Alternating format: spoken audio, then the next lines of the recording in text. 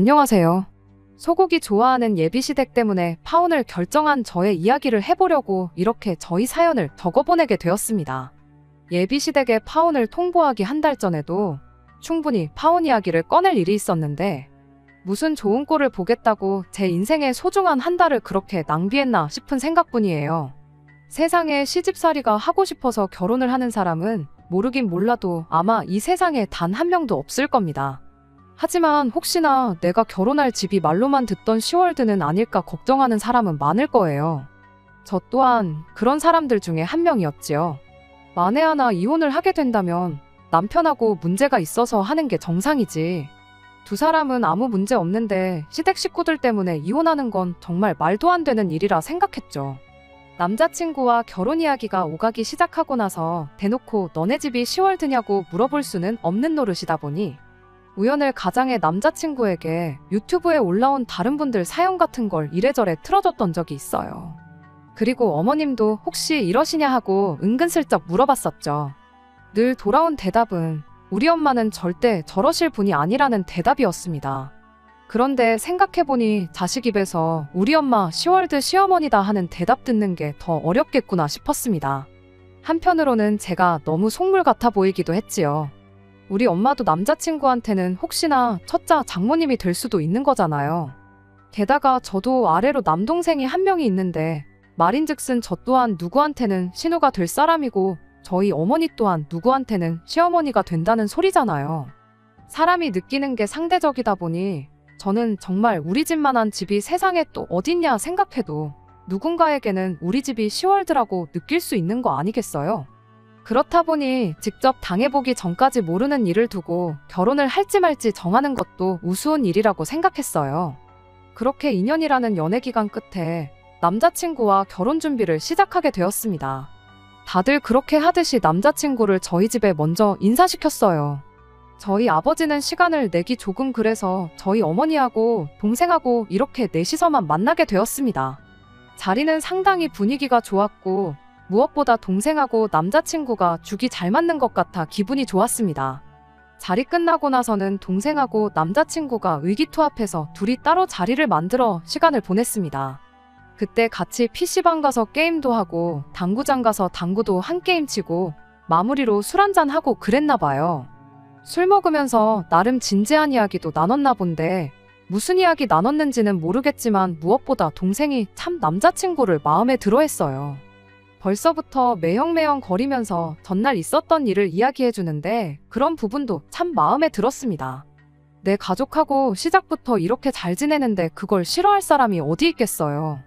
그리고 그런 모습에 저희 부모님도 남자친구에게 좋은 인상을 갖게 되었어요.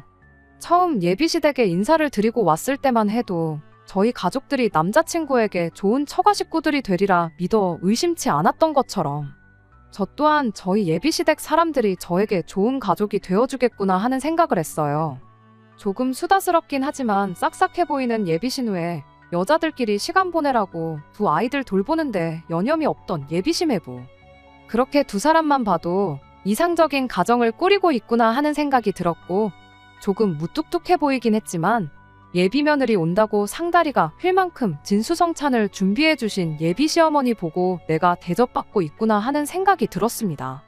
우려했던 시월드 같은 모습은 하나도 찾아볼 수 없었고 정말 좋은 사람들과 가족을 이루게 되겠구나 생각했어요. 왜 겪어보지도 않고 시월드 시댁을 만나게 될까 두려워만 했나 그런 반성까지 하게 될 만큼 그날 분위기가 참 좋았습니다. 그리고 그날 이후로 남자친구와의 결혼 준비도 속도가 붙기 시작했지요. 그렇게 예비시댁에 처음 인사를 드리고 온 지 며칠 지나지 않아서 양가 상견례를 진행하게 되었습니다. 상견례 장소는 예비시어머니의 주도로 정해지게 되었는데 정해놓았다는 장소를 듣고 나서 그때 엥? 이건 뭐지? 하는 생각이 들었었어요. 가게 이름이 누가 봐도 동네마다 한두 개는 있을 법한 고깃집 이름이었거든요. 상견례를 꼭 고깃집에서 하면 안 된다는 법이 있는 건 아니었지만 그래도 양가 어른들이 처음 인사를 나누는 자리이니만큼 어느 정도 격식이 있는 자리에서 하는 게 맞는 거 아닌가 싶었거든요. 그런데 대놓고 가게 이름에 정육식당이라는 단어가 붙어 있으니 이건 좀 아니지 않나 싶었죠. 아니나 다를까 남자친구가 설명해주기를 가족들이 자주 가는 단골집인데 자주 가는 곳이니만큼 양도 엄청 많이 주고 정육식당이라 고기도 싱싱하고 좋다고 그렇게 설명을 해주더라고요. 그러면서 덧붙이기를 원래 우리 가족들이 소고기를 제일 좋아한다고 외식을 하러 나가면 거의 10번 중 9번은 고기를 구워 먹으러 갈 만큼 좋아한다고 설명을 하는 겁니다. 한정식이니 코스 요리니 그런 것도 좋지만 이왕 먹는 거 좋아하고 맛있는 거 먹으면서 이야기 나누는 것도 나쁘지 않지 않냐면서요. 남자친구의 대답이 충분한 설명이 되기는 했지만 그게 남자친구 집이 소고기를 좋아한다는 설명뿐이지 여전히 제 생각에는 그래도 상견례인데 조금 분위기 있는 곳으로 가고 싶은 욕심이 있었습니다. 인터넷에 검색을 해보니 의외로 생각보다 고깃집에서 상견례를 하는 집이 있더라고요. 대신 제 생각처럼 동네마다 있는 그런 일반 정육식당 말고 가격도 조금 비싸고 분위기도 좋은 그런 곳이었습니다. 예비 시어머니가 장소를 섭외하기는 했지만 그래도 앞만 생각해봐도 정육식당에서 상견례를 하는 건 아닌 것 같아 남자친구에게 양해를 구하고 제가 인터넷에서 찾은 상견례 같은 거 자주 한다는 고급 화로구이 집으로 장소를 변경하기로 했습니다.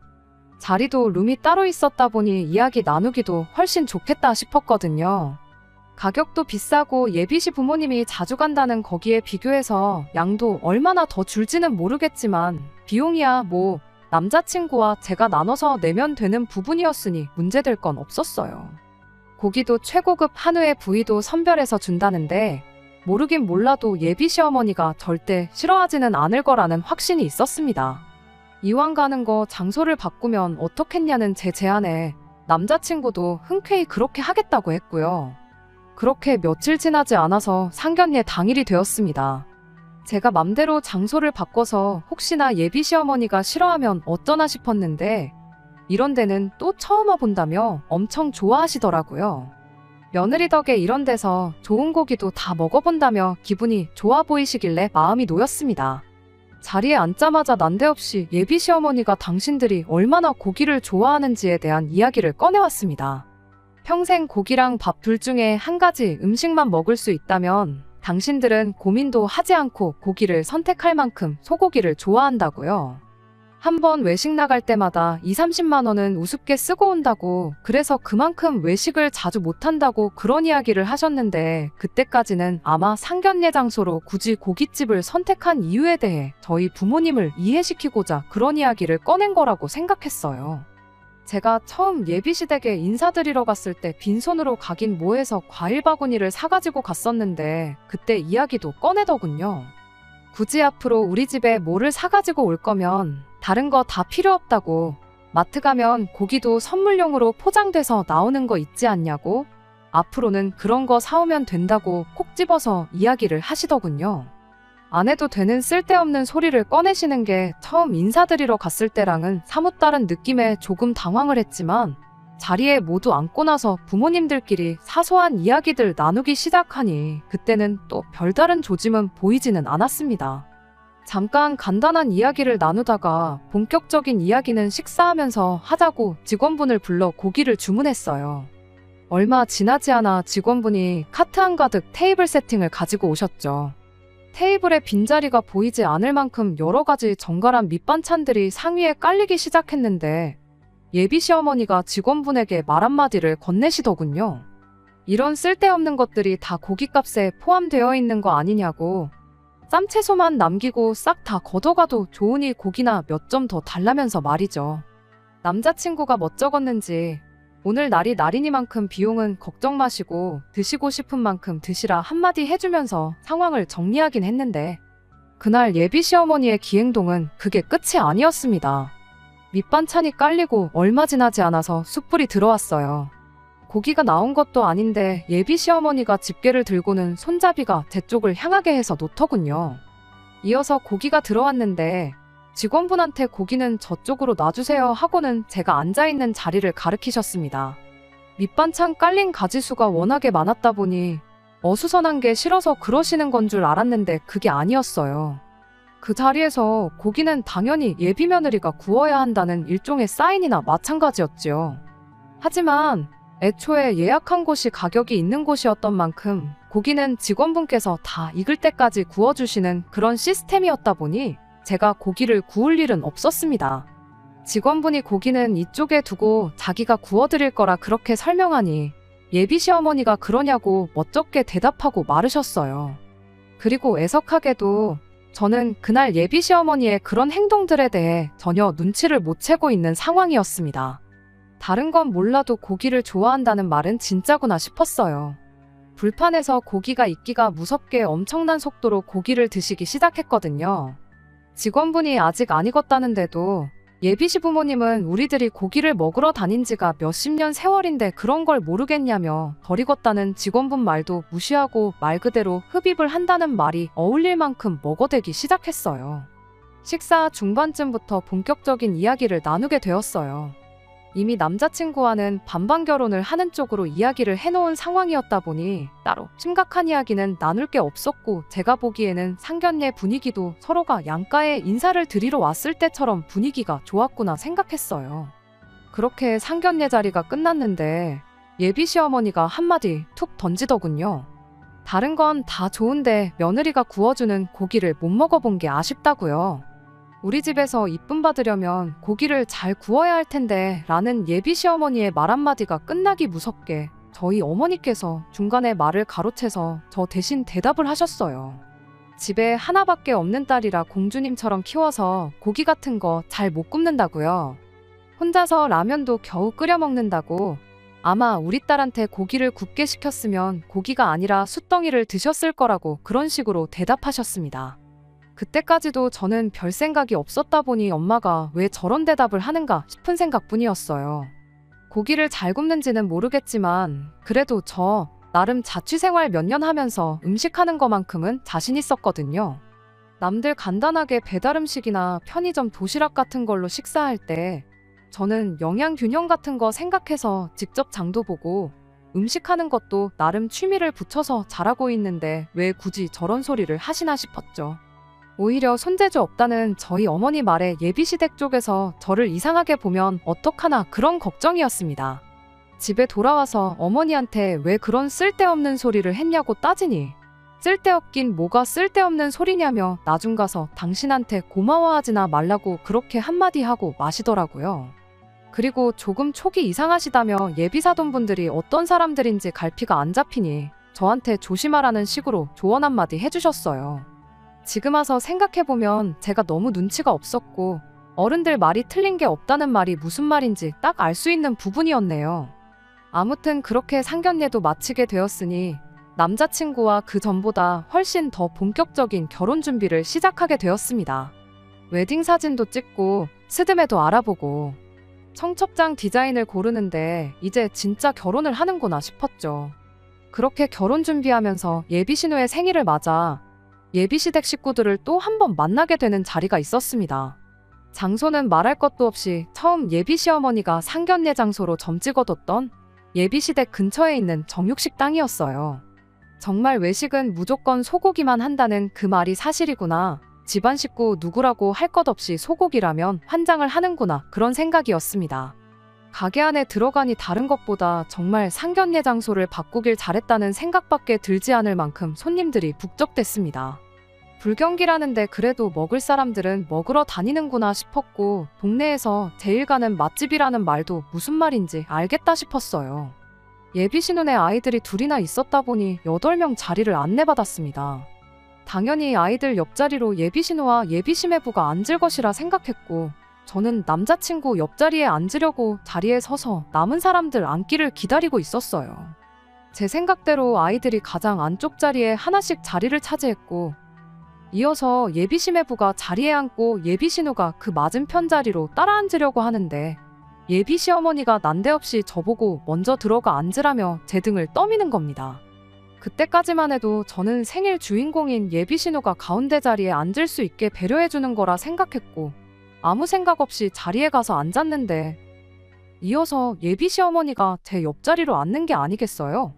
그렇게 자리에 앉고 나니 예비 시매부를 마주보고 있고 남자친구하고는 대각선 방향으로 끝에서 끝에 앉은 꼴이 되어버렸어요. 이게 무슨 상황인가 싶었고 심지어 예비 신우도 왜 자리를 그렇게 앉았냐고 한마디 하더라고요. 그런데 예비 시어머니가 이렇게 대답을 하는 겁니다. 상견례할 때 들었는데 얘가 고기를 구울 줄 모른다고. 우리 집 사람이면 다른 건 몰라도 고기 하나 구울 줄은 알아야지 않겠냐며. 마침 고깃집에 왔으니 고기 굽는 법 좀 가르쳐줘야겠다는 말도 안 되는 소리를 하는 거예요. 예비 신우가 그 말 듣고는 뭘 고기 굽는 걸 가르쳐주기까지 하냐며 그냥 적당히 빨간 거 없어지면 먹으면 되는 거라고 한마디 하고는 저랑 자리를 바꿔주겠다고 했어요. 그랬더니 예비 시어머니가 그럼 고기 굽는 건 됐다고 대신 자리 바꾸지 말고 애들이나 좀 챙겨주라고 한마디 툭 던지시더군요. 지난번에 왔을 때 불판 갈다가 애한테 기름이 튈 뻔해서 큰일 날 뻔한 적 있지 않았냐고요. 그때 보니까 우리 며느리는 고기도 그렇게 많이 안 먹더라며 우리 딸 생일이니만큼 오늘은 애들 신경 조금만 덜 쓰고 고기 많이 먹으면 좋겠다고 그렇게 한마디를 하는 겁니다. 예비 신우가 기겁을 하면서 우리 애를 왜 저한테 보게 시키냐며 정색을 하면서 억지로 저랑 자리를 바꿔줬어요. 시어머니는 못마땅했는지 그럼 우리 아들이라도 고기 실컷 먹게 불판에서 가까운 자리로 앉으라며 저랑 자리를 바꿔주시더군요. 솔직한 말로 기분이 썩 좋은 상황은 아니었지만 그때는 왜 이런 예비 시어머니의 행동들을 제가 결혼 준비 전부터 우려하던 시월드 시짜짓이라고 생각을 못했는지 아직도 모르겠습니다. 적어도 예비 신우가 정상적인 사람이라 그렇게 생각을 못했던 건지 아니면 처음 인사드리러 갔던 날에 저한테 잘해줬던 첫 인상 때문에 그랬던 건지 당연히 당신 배불러 낳은 딸의 생일이니만큼 딸이 다른 거 신경 안 쓰고 맛있게 밥 먹고 갔으면 하는 생각에 그런 말이 나왔던 거라 생각하고 말았습니다. 사실상 그때가 예비 시어머니의 본성을 눈치채고 한 달이나마 일찍 파혼을 해서 시간 낭비라도 하지 않을 기회였는데 말이에요. 식사 마치고 집에 돌아와서 어머니한테 그날 있던 일을 이야기했어요. 어머니는 그럴 줄 알았다며 안 그래도 상견례할 때 조금 쎄했다고. 예비 사돈이 유별나도 너무 유별난 것 같다고 당신들 있는 자리에서도 며느리 고기 굽는 거 못 봤다느니 어쩐다니 그런 이야기 꺼낸 사람인데 조금 조심해야 하는 거 아니냐며 아예 결혼부터 다시 생각해보는 건 어떻겠냐고 걱정 어린 조언 한마디를 해주셨죠. 저는 그 와중에 저희 어머니의 조언을 귀담아 듣지 않고 오히려 어머니를 원망했습니다. 엄마가 그때 괜히 쓸데없는 소리를 해가지고 고기 굽는 방법을 알려주겠다는 소리가 나온 거 아니겠냐고요. 이제 와서 고기 굽는 게 사실 자신 있다고 말하면 그것도 이상한 거 아니냐고 엄마 때문에 첫 단추부터 아주 꼬이게 생겼다고 그렇게 이야기했는데 파혼하고 나서 죄송하다고 엄마 말이 다 맞았다고 사과를 드렸지만 시간을 돌릴 수만 있다면 그날로 돌아가서 바로 그날 그 자리에서 예비 시모한테 이게 결혼 전부터 뭐 하는 짓이냐고 파혼 선언을 하고 싶은 심정이에요. 그랬다면 제가 어머니한테 그런 말도 할 필요가 없을 테니까 말이에요. 아무튼 그런 일이 있었음에도 불구하고 남자친구하고는 계속 사이가 좋았다 보니 결혼 준비를 하는 데는 큰 문제가 없었습니다. 그런데 사실 저희 어머니 말이 맞았고 제가 예비시모 자리가 진짜 말로만 듣던 시월드 시자 자리구나 하는 걸 깨닫게 만드는 다른 일이 생기게 되었어요. 한참 회사에서 일하고 있던 어느 날이었습니다. 난데없이 예비시어머니한테서 톡을 하나 받게 되었어요. 퇴근하면 집으로 좀 오라는 이야기였죠. 저희 집이 시댁과 완전 반대 방향이거든요. 안 그래도 회사에서 집까지도 거리가 좀 되는 편인데 저녁에 예비시댁에 갔다가 집에 가면 밤 12시는 되겠다 싶어서 조금 그랬어요. 미리 약속이 되어 있는 상황이라면 당연히 가겠지만 갑자기 밑도 끝도 없이 오라고 하니까 왠지 가고 싶지가 않더라고요.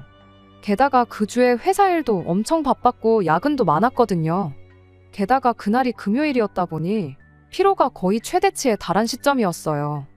다른 거 생각할 거 없이 집에 최대한 일찍 들어가서 편히 쉬고 싶은 생각밖에 없었습니다. 그래도 톡으로 못 간다고 대답하는 건 조금 아닌 것 같아서 예비 시어머니한테 전화를 드렸어요. 당장 못 간다고 말하기는 그래서 무슨 일이냐고 먼저 물어봤지요. 예비 시어머니는 친척 집에서 한우 소고기를 엄청 좋은 걸 보내줬다며 아들, 그러니까 남자친구도 퇴근하면 집으로 오라고 불렀으니 저도 딴 데 가지 말고 와서 좋은 고기를 먹고 가라는 소리였습니다. 마침 그날이 금요일이었다 보니 좋게 차라리 다음 날이 토요일이니 토요일 점심때쯤 해서 남자친구랑 같이 가면 어떻겠냐고 물어봤지요. 제 체력도 체력이지만 그때가 또 저 말고도 남자친구 또한 일이 바빠서 한참 야근을 하던 시기였다 보니 충분히 예비 시어머니가 이해를 해줄 거라 생각했어요. 그런데 예비 시어머니가 이런 고기는 최대한 신선할 때 먹어야지 이득이라며 다른 날은 볼 것도 없고 무조건 그날 퇴근하고 오라고 아주 난리도 아니었어요. 결국 퇴근길에 예비 시댁에 가는 쪽으로 이야기가 되었습니다. 그래도 예비 며느리라고 좋은 고기 들어왔는데 자기들끼리만 먹는 게 아니라 저도 먹으라고 불러주고 챙겨주는 게 감사할 따름이었습니다. 예비시댁 근처에서 남자친구를 만나서 같이 갈 생각이었는데 근처에 거의 다 와서 남자친구한테 전화가 왔어요. 남자친구 회사가 예비시댁에서 차로 10분 거리밖에 안 되었다 보니 먼저 도착해서 저한테 어디쯤이냐고 묻는 전화인 줄 알았는데 남자친구가 아직 퇴근을 못했다고 일단 저라도 먼저 집에 들어가 있으라는 소리를 하더라고요. 아무리 그래도 혼자서 가 있기는 조금 불편할 것 같다고 밖에서 기다리겠다고 했는데 남자친구가 날 추운데 밖에서 기다릴 게 뭐 있냐고 아무리 늦어도 30분 정도 차이일 거니 그냥 먼저 들어가 있으라는 겁니다. 근처 카페에라도 가 있겠다고 했더니 어머니한테 벌써 너만 먼저 보낸다고 연락을 해놓은 상태라길래 결국 하는 수 없이 저 혼자 예비시댁에 가게 되었어요. 어차피 혼자서 먼저 먹을 생각도 없었으니 남자친구가 올 때까지 기다리기로 했죠. 그렇게 예비 시어머니와 단둘이 어색한 시간을 보내고 있던 와중에 남자친구가 회사 일이 끝날 기미가 안 보인다며 아무래도 자기는 오늘 못 갈 것 같다는 연락을 받았습니다. 그냥 둘이서 먹으라고 무책임하게 한마디 하고 전화를 끊었어요. 이럴 거면 그냥 고집을 부려서라도 내일 점심에 온다고 할 걸 그랬나 싶었죠. 굳이 예비 시어머니와 단둘이 저녁 식사를 하고 싶은 생각은 따로 없었다 보니 사실 안 먹고 가도 그만이었어요. 내일 다시 오면 어떻겠냐고 말하려던 찰나에 예비 시어머니가 금방 밥 차려줄 테니 밥 먹고 가라고 잠깐 TV라도 보면서 기다리라고 한마디 하시더군요. 결국 내일 다시 오겠다는 말도 꺼내지 못하고 꼼짝없이 식사를 하게 되었습니다. 제가 뭐 도와드릴 거 없냐고 물었더니 금방 차리니까 도와줄 필요 없다고 한사코 제 도움을 거절하시길래 그냥 멍하니 앉아만 있었네요. 그런데 한 5분 정도 지났나 고기 굽는 소리는 나지도 않았는데 예비 시어머니가 와서 밥 먹으라고 한마디 하시더라고요. 고기를 워낙에 좋아하는 집이니 불판이라도 꺼내서 구우시려는 건가 싶었는데 식탁에 가보니 반찬통에 대충 담겨있는 김치에 컵라면 한 사발만 덩그러니 올라와 있었습니다. 이게 무슨 상황인가 싶었는데 예비 시어머니가 나는 벌써 고기 질리게 먹었고 너 혼자만 먹으면 되는데 어차피 한 가족 될 사람들끼리 번거롭게 상 차릴 필요가 뭐가 있느냐며 제 앞에 즉석밥 하나를 꺼내주고는 밥 말아 먹고 싶으면 이거 데워서 말아 먹으라고 엄청 선심 쓰듯 한마디 하고는 저 혼자 내버려두고 예비 시어머니는 혼자 TV를 보러 거실로 쓱 하고 나가는 겁니다. 일단 식탁에 앉기는 했는데 이게 무슨 상황인가 싶고 정말 오만 가지 생각이 다 들었어요. 그리고 그때 깨달았죠. 제가 워낙에 시월드 시자 시어머니 만나는 걸 걱정했던 게 오히려 저한테는 복이 되었단 걸 말이에요. 친정어머니 조언도 그런 게 아니라고 부정하고 애써 저 혼자 우리 예비 시어머니는 좋은 사람일 거라 자기 최면을 걸고 있었을 뿐이었던 거예요. 이미 상견례 때부터 조짐을 보였고 예비 신우 생일 때는 아예 대놓고 결혼 전부터 시짜짓을 했던 건데 저 혼자 그런 게 아니고 다 이유가 있어서 그런 거라고 혼자서 예비 시어머니를 좋은 예비 시어머니로 만들려고 노력했던 제가 다 바보 같더군요. 컵라면이 다 불어터질 때까지 한 젓갈도 뜨지 않고 가만히 자리에만 앉아 있었어요. 그러던 와중에 현관문이 열리는 소리가 나더군요. 현관문을 열고 들어온 건 야근 때문에 못 올 것 같다던 남자친구였습니다. 회사 일이 생각보다 금방 끝나서 저희한테 따로 연락할 틈도 없이 곧바로 달려왔다고 하대요. 남자친구가 TV 앞에 앉아있는 예비 시어머니를 한번 보고 앞에 컵라면 놓고 앉아서 똥 씹은 표정으로 앉아있는 저를 보고 대번에 상황 파악을 한 건지 당장에 표정 관리를 못하고 어쩔 줄을 몰라 하고 있더군요. 예비 며느리 고기 준다고 불러놓고 컵라면을 먹이고 있는 모습을 아들한테 들켰으면 당황할 법도 한데 예비 시어머니는 그런 기색조차 보이지 않고 저한테 한마디 하시더군요. 냉장고 열어보면 고기 있으니까 그거 꺼내서 아들 고기 좀 구워주라고요. 그 말을 들으니 애초에 아들한테 좋은 고기 먹여줄 생각밖에 없었던 거고 굳이 저까지 부른 건 아마 모르긴 몰라도 그 잘난 고기 굽는 법을 이번에야말로 가르쳐 주려고 부른 거구나 하는 생각 말고는 달리 다른 생각이 들지 않았습니다. 아무리 제가 우습게 보였어도 거기서 남자친구 먹으라고 고기를 꺼내 구워주었으면 사람이 아니죠. 더럽고 치사해서 나는 밥 먹을 생각 없다고 보아하니 아줌마 아들 혼자만 밥 먹으면 되는 것 같은데 가족한테 번거롭게 고기까지 구워줄 필요가 뭐가 있냐고. 마침 손도 안 댄 컵라면이 그대로 있으니 그거 먹으면 딱 좋겠다 말하고 다 불어터진 컵라면을 남자친구 앞으로 밀어줬어요. 그러고도 속이 풀리지 않아서 먹고 싶으면 데워 먹으라던 즉석밥 포장 뜯어서 데우지도 않고 그대로 풍덩. 컵라면 용기 위에다가 부어버리고 자리에서 일어났습니다. 예비 시어머니가 그걸 보더니 지금 시어머니 앞에서 뭐 하는 짓이냐며 저한테 고래고래 성질을 부리더군요. 그래서 제가 한마디 했어요. 내 시어머니가 어디 있냐고, 내가 미쳤다고 이런 집에 시집와서 며느리 노릇을 하겠냐고 딱 잘라 한마디 했죠. 예비 시어머니가 당장 나가라고 소리를 지르는 와중에 아줌마 아들이 이거 다 먹는 거 보기 전까지는 나갈 생각 없다고 그대로 자리에 버티고 서 있었습니다. 남자친구는 그 와중에 그래도 어떻게 상황을 해결해 보겠다고 그 다 불어터진 라면에 말라비틀어진 즉석밥을 억지로 컵라면 국물에 적셔서 먹는 신용을 하기 시작했어요. 애석하게도 예비 시어머니 성화에 결국 남자친구가 꾸역꾸역 억지로 먹는 꼴은 끝까지 보지 못하고 집에서 나와야 했습니다. 지하철 타고 집에 가는 길에 남자친구한테 정말 단 1초도 쉬지 않고 계속해서 전화가 왔어요. 1시간 동안 무시했는데도 계속 전화가 오길래 전화 받아서 나한테 더 이상 전화하지 말라고, 결혼도 없던 일로 할 거고 그동안 결혼 준비한다고 예약해놓은 것들도 하나씩 다 취소할 테니 그때 위약금이나 늦지 말고 보내라고 한마디 해주고 전화 끊어버렸습니다. 집에 돌아와서 어머니한테 무슨 일이 있었는지 이야기해드리고 제가 엄마 말 안 듣고 고집 부린 거 죄송하다고 사과드렸어요. 어머니는 달리 다른 말은 하지 않으시고 그래도 마지막에는 한 방 먹여주고 온 건 참 잘했다며 남이 자식 찬밥 대우하면 지 자식도 찬밥 대우 받는 거 이번에 배웠을 테니 너무 억울해 말라고 저를 위로해 주시대요. 남자친구가 저한테 수십 번 전화할 용기는 있어도 저희 집까지 찾아올 용기는 없었던 걸까요? 그렇게 며칠이 지나도록 남자친구는 제게 전화랑 통 몇 개만 보낼 뿐 어떻게 저희 집까지 찾아와 해명하고 이 상황을 나서서 해결해 보이겠다는 의지를 보여주지 않았어요. 그걸 보니 파혼하길 잘해도 100번 잘했다는 생각이 들었습니다. 나중에 저희 회사까지 찾아온 사람이 한 명 있었는데 그건 예비 시어머니도 아니고 남자친구도 아닌 저의 예비 신우 될 뻔했던 남자친구의 누나였어요. 자기 생일날 있었던 일을 가지고 남자친구한테도 한마디 했고 예비 시어머니한테도 그러지 좀 말라고 한마디 하기는 했는데 상황이 이렇게 된 게 참 유감이라고. 자기가 조금 더 신경을 쓰고 이런 일이 없게 했었어야 했는데 면목 없다고 사과를 하더라고요.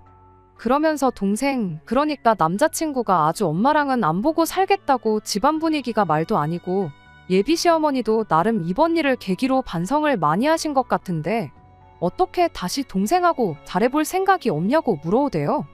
그나마 지난 시간을 돌이켜보면 이 집에서 제일 정상적인 사람이었고 저한테도 잘해준 사람이기는 했지만 제가 예비 신우랑 결혼해서 같이 사는 것도 아닌데 조금 잘해준 거 가지고 기어이 끝이 보이는 이 결혼을 다시 긍정적으로 생각해볼 이유가 하등 없었습니다. 그렇게 확고한 제 생각을 다시 전하고 남자친구하고 결혼은 완전히 없던 일이 되었어요. 지금은 다 털어냈고 속이 다 후련할 따름입니다. 단지 아직도 후회가 되는 건 어머니 말 듣고 진작에 파혼했으면 이 더러운 꼴도 볼 필요 없었고 한 달이나마 시간 낭비할 일도 없었을 텐데 끝까지 고집 부려서 기어이 이 꼴을 봤다는 사실 뿐이에요. 어른들 말 들어서 손해볼 게 없다는 말이 이제는 확실히 이해가 갑니다. 다음번에는 적어도 같은 실수를 하지 않게 되었으니 이 또한 그냥 인생 경험이다 생각하고 앞으로 잘 될 일만 생각하려고요. 끝까지 들어주셔서 감사합니다. 오늘의 사연은 여기까지입니다. 구독과 좋아요, 알람 설정 부탁드리고 더 좋은 사연으로 다시 찾아뵙겠습니다. 감사합니다.